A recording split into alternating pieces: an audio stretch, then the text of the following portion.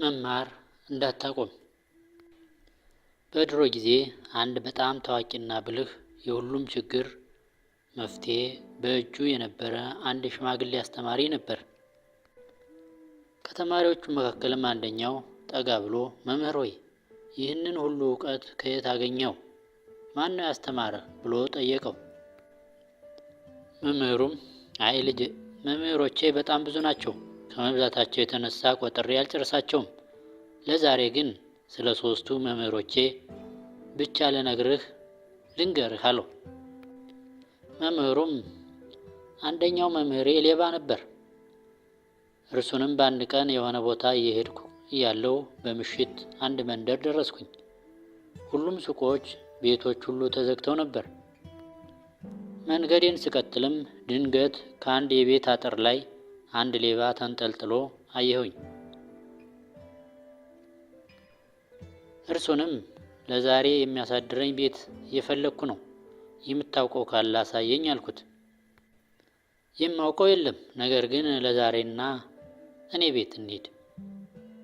ነገር ግን እኔ ሌባ ነኝ አለኝ። ሌባውም ከቤት ወስዶ 1 ወር ሙሉ አቆየኝ። ማታ ማታም እርሱ ወደ ስራ እሄዳለሁ እያለኝ ይለየኝ ነበር። ወደ ቤቱ ሲመለስም የሆነ ነገር አግኝተህ ተመለስክ ወይ እያልኩ ጠይቀው ነበር። እርሱም ዛሬ ምንም አላገኘውም፣ ፈጣሪ ከፈቀደ ነገ አገኝ ይሆናል እያለ እርሱ ምንም ከፍቶት ይሁን አዝኖ አያውቅም፣ ሁሌም ደስተኛ ነው። እርሱም ምንም ሳይኖረው እንዴት ደስተኛ ሆኖ ይኖራል ብዬ የመጀመሪያው መምህሬ በችግሬ ጊዜ ምን ተስፋ ማድረግ እንዳለብኝ እና ሳይኖረኝ እንኳ እንግዳ ተቀብዬ ማስተናገድ እንዳለብኝ አስተምሮኛል። የሁለተኛው መምህሬ ደግሞ ውሻ ነው።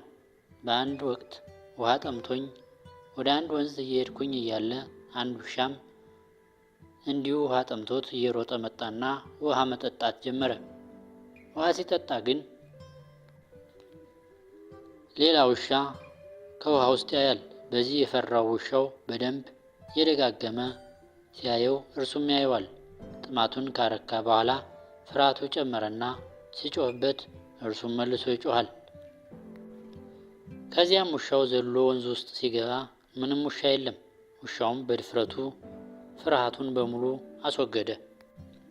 እኔም ፍርሃቴን አስወግጄ ወደፊት መሄድን ተለማመድኩና ስኬትን አገኘሁ። ሶስተኛዋ መምህሬ ደግሞ አንድ ሕፃን ነበረች። ዕለታት በአንድ ቀን መንገድ እየሄድኩኝ እያለ አንድ ሕፃን ሻማ ይዛ ወደ ቤተ ክርስቲያን ትሄዳለች። ሻማውም እየበራ ነበር። እኔም ጠጋ ብዬ እንደ ቀልድ ሻማውን ያበራሽው አንቺ ነሽ አልኳት።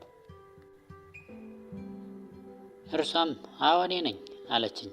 አስከትዬም ሻማ ይበራልም ይጠፋልም እና ስናበራው ብርሃኑ ከየት ይመጣል ብዬ ጠየቅኳት። ሕፃኗም በጣም ሳቀችና ሻማውን አጠፋችና ብርሃኑ ሲሄድ አየኸው? ወዴትስ ሄደ? የት ሄዶ ነው የሚጠፋው? ለምን ይጠፋል? ብላ ስትጠይቀኝ የምመልሰው ጠፋኝና ተሸማቀቅኩ። አየህ፣ በአካባቢያችን ያለው ሁሉም ነገር መምህራችን ነው። ለመማር ዝግጁ ከሆንን ሕይወት በራሷ በጣም ብዙ መምህሮችን ከፊትህ ባለህበት ሁሉ ታዘጋጅልሃለች። አንተ ለመማር ዝግጁ ሁን ብቻ።